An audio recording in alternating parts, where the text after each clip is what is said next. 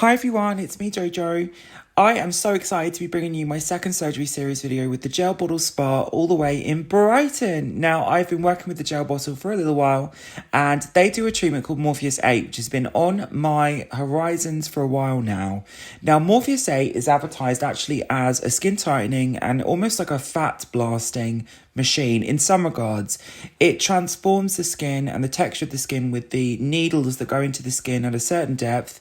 They heat up with radio frequency, but then they've also got a much deeper device setting which targets the fat, so it can do wonders for things like tightening the jawline, and all the celebs this year have been talking about it in the media because they're using it for skin renovation.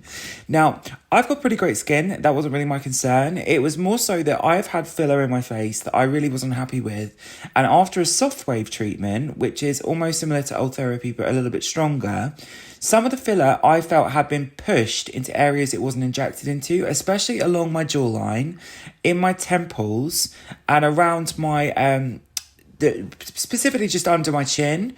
And these were the areas that I was saying to her were really bothering me. And she said, well, do you know what, Jojo? This will absolutely help with that because it can blast the filler.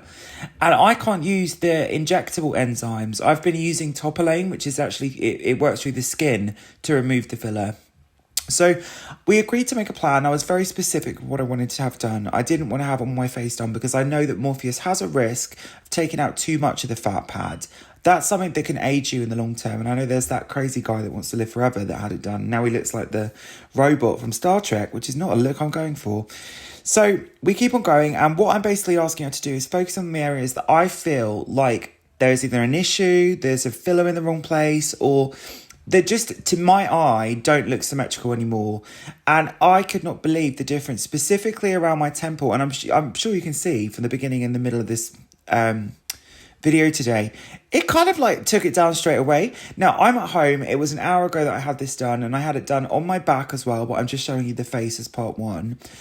It's already, my skin feels tight. My neck feels so tight, and they did more of like a skin focus on my neck. We did my eyelids, which I was really excited about, and just those deeper areas of filler removal. So, wow, let's see what the results are looking like. But I look so much better. I feel more like myself. Happy holidays, everyone, and look out for part 2.